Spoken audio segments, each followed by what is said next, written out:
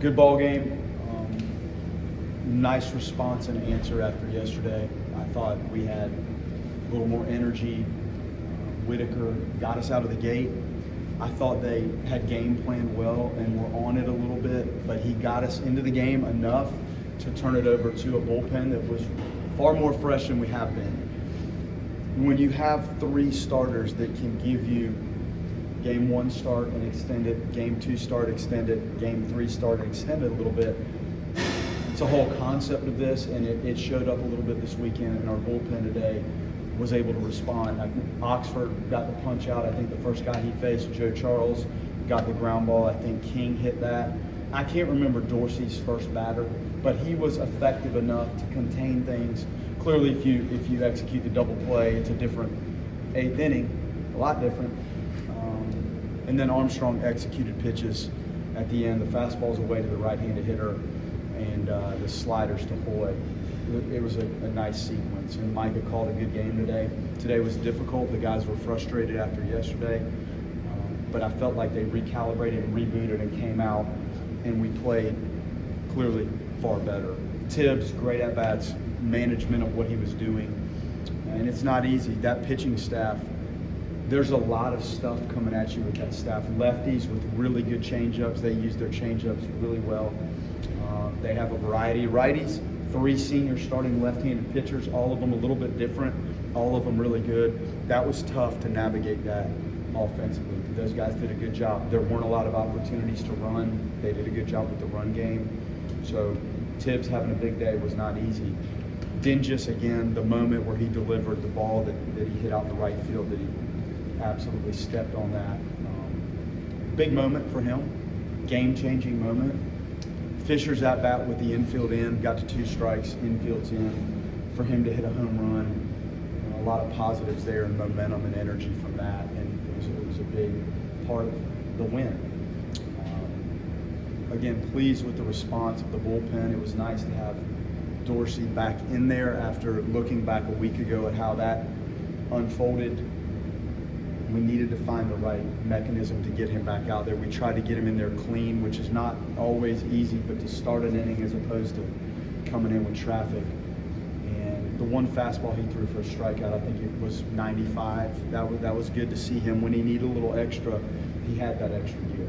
So I'm really proud of the guys. There were moments I thought we could have done more, done better, but to answer against a really good team, like they're talented, athletic, they can run, they're strong, they've got older guys, they've got some athletic young dudes in there, and their pitching staff's tough. So I was really pleased with the response by our guys and the team today. Today was the 7th game in 8 days for you guys. Just going 3-1 this week, just what does it say about their day-to-day approach and what they're doing? That was a tough stretch. Coming back on that bus, and we chose to bus to Clemson. It's not easy to get there, and it's not easy to get out of here. If you want to fly all over the place, sometimes it's hard. So those were some tough bus rides, tough games. Bus back, Monday was difficult. You know what you're looking at Tuesday when that bus is parked out there again. That's 3 hours. You have that ball game. Our guys couldn't have played better. Gassed, played pretty well. Back on the bus, you're home at 2 o'clock in the morning again. Try to practice Wednesday. That was tough. That might have been work that I should have tried to do. And then you get into this, and it's a great response. That's a tough week. It's a tough week, and I was really pleased with kind of the poise, how yesterday came unraveled on us a little bit, and the pieces of the puzzle kind of started to go back where they belonged, and it was clearly better today. What went into the decision to start Cal today, and I guess how nice is it when you give guys those chances, they take advantage of it like he did? Well, you saw early we would try to get him into the games, and Lodis has played his tail off out there.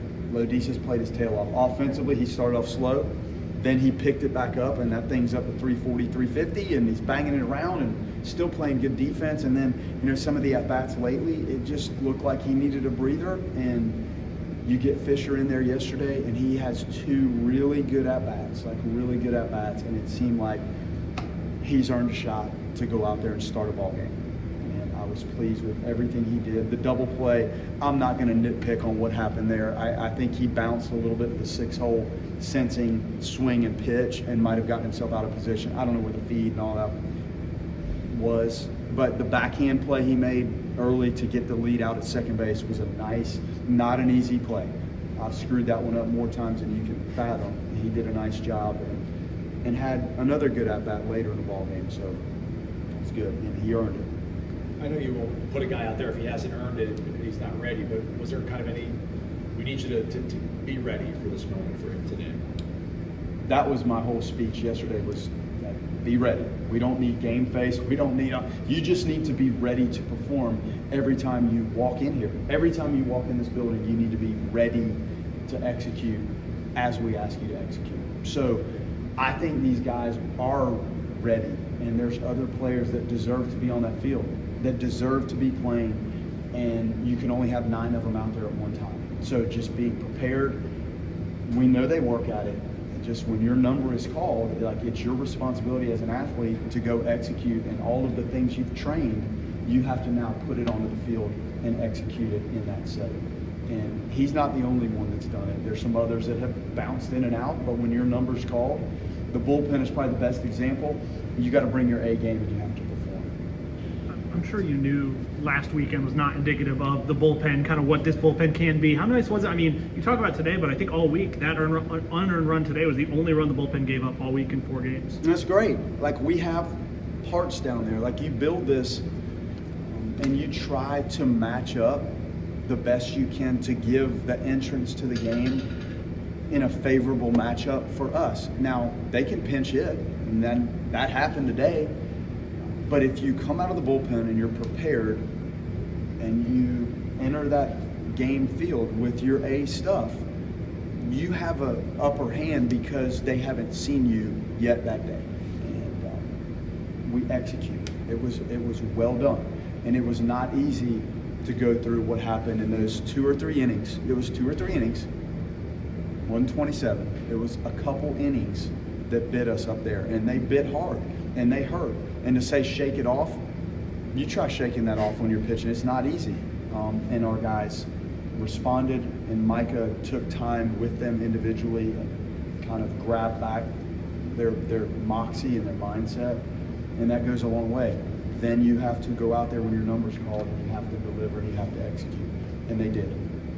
You've talked a lot about Tibbs' offensive skill set, but the catch he made in the outfield, just how much work has he put into his reads and routes in the outfield? Tons.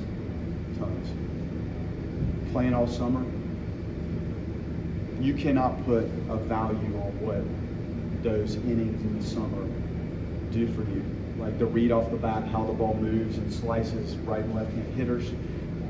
He works at it. Batting practice, you watch any practice, you've seen them. Those guys are grinding away out there, running balls down. We do a lot of work with the machines to try to emulate sink and hook and balls over your head, and even the little line drive that he came and grabbed today, that was a huge double play.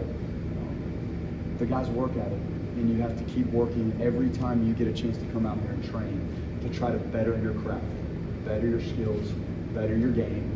And he's done it. And you're seeing some of these guys just, they're taking off right in front of us, and it's fun to watch, but it's happening because they work at it. How much of a luxury is it to have a pitcher like Whitaker that can field his position the way he does? It was great. I mean, 2 innings, I think, led off with first pitch base hit punt attempts. He gets off the mound really, really well. He's like an infielder. So he's your first line of defense on that stuff, and he bounces and handles it. And I think we turned a 163 with him out there. He manages the pick stuff. He manages himself and the game, and it's not over when he's done delivering the pitch. Like, he's an infielder, and he approaches it that way. And you come watch him do his PFP stuff. It's as good as anybody I've ever seen. You're coming up on, I think, next week you passed the halfway point of the regular season. The sample size is getting larger. When you overhaul a roster like you do, I mean, obviously in an effort to improve so many things, how quickly did you see, I guess, sorry, a big picture question, how quickly did you see the improvements and how many different areas this team could improve from last year?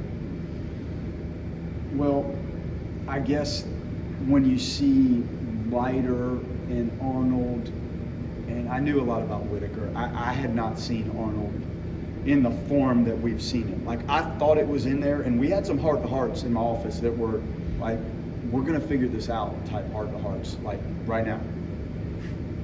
But those guys, as they got more ramped up, I think it took me into our preseason a little bit, and I started to feel that we're playing the game out there. There were spurts of 15, 30 minutes, an hour, hour and a half, where it was as good as I've ever seen the college game played. It was as good as I've ever seen it played. And you have two teams playing.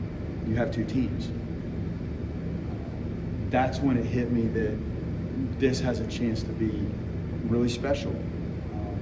There were days in the preseason where I was as mad as I've ever been as a coach, because probably yesterday I saw that, flashes of that in the preseason.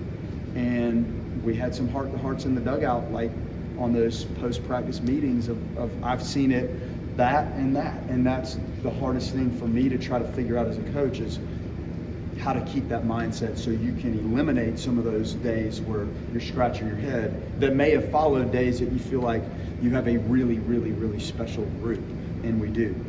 But there's 26 new people, so I'm still learning what some of these guys are going to be like. And you have Lauk and Rowan, and there's some dynamic stuff on the mound, especially that I still haven't figured out necessarily where it's going to land. It keeps getting a little bit better.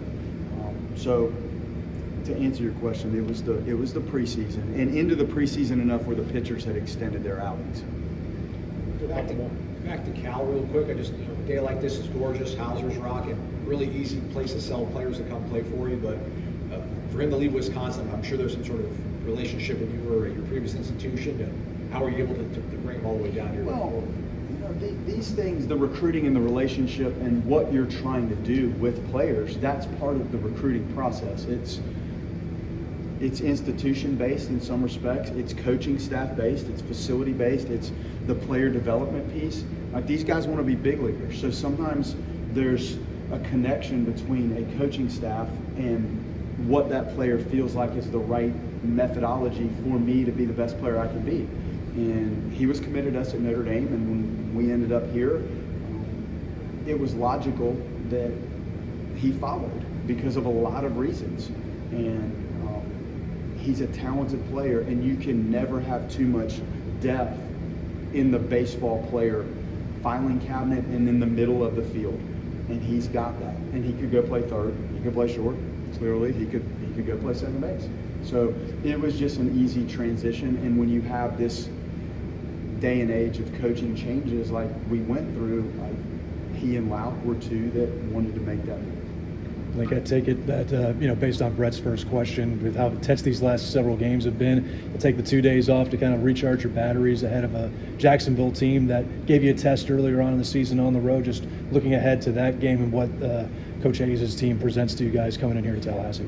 They had some really good arms. They did. And this stuff, it was our first road game, and we're over there, and they ran a lot of talented arms at us. Some real good velocity. They're athletic, and Chris plays a complete game. Like, they're going to run the bases. They'll short game it. Like, they're a tricky group to manage. And the arms stood out as much as anything. They had some octane and some good breaking balls, and we had the game in control, and they jumped back and tied it up. And then our guys, off of some good arms, kind of rallied and put it away late. And Dorsey had just a tremendous outing. So that's what I thought of that, and they're going to run those arms at us again, and it's going to be a good environment. Beautiful Easter tomorrow, and then you have to play 2 midweek games at some point to try to get the schedule going. And when you have Easter, and I knew I did not want to play on Easter, I wanted to play Thursday, Friday, Saturday, so everybody can enjoy Easter.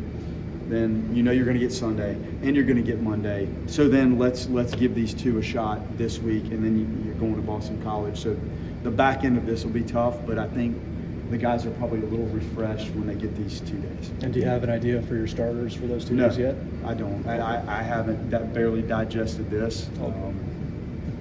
We'll let you know, but I can't answer that right now. Okay. You said before the Clemson series, Ben Barrett started throwing again, ramp it back up. I guess, is there optimism he can get back this week, or that maybe a little? No, further I down? think he's got to now get a couple bullpens under his Okay. belt, but it's coming. Sure. It's not like Tuesday, Wednesday. Okay. Thanks.